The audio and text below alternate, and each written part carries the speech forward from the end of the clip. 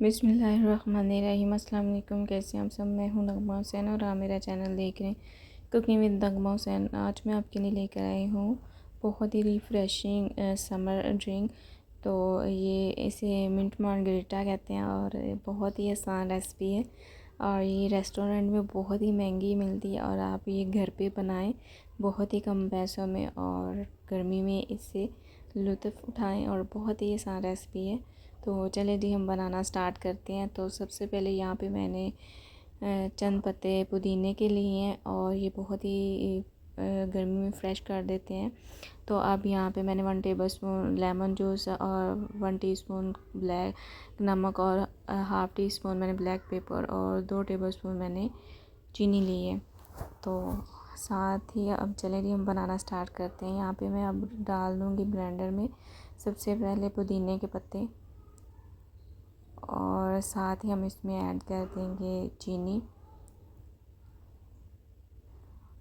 और अब इसमें जाएगा काला नमक और साथ ही इसमें जाएगी ब्लैक पेपर।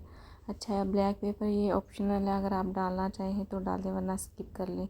यहाँ पे लेमन जूस मैंने ऐड कर दिया है और यहाँ पे थोड़ी सी हम इसमें ऐड कर देंगे स्प्राइट या 7 अप और इसको थोड़ा सा पहले ब्लाइंड कर लेंगे ताकि ये अच्छे से ब्लाइंड हो जाए,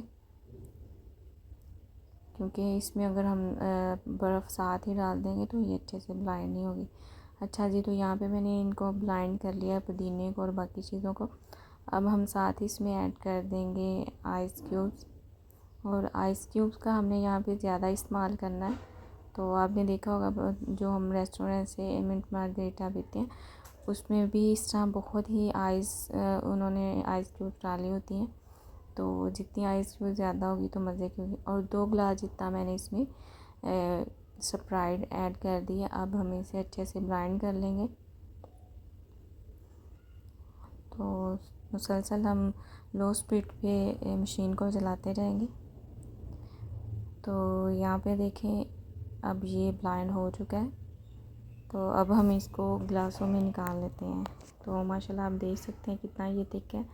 इसी तरह ही जो रेस्टोरेंट से मिलता है वो इसी तरह का होता है। तो अब ये देखें ये इसकी फ़ाइनल लुक है। तो बहुत ही मज़े की बन के रिफ़्रेशिंग ड्रिंक तैयार हुई है मिंट मार्गरीटा।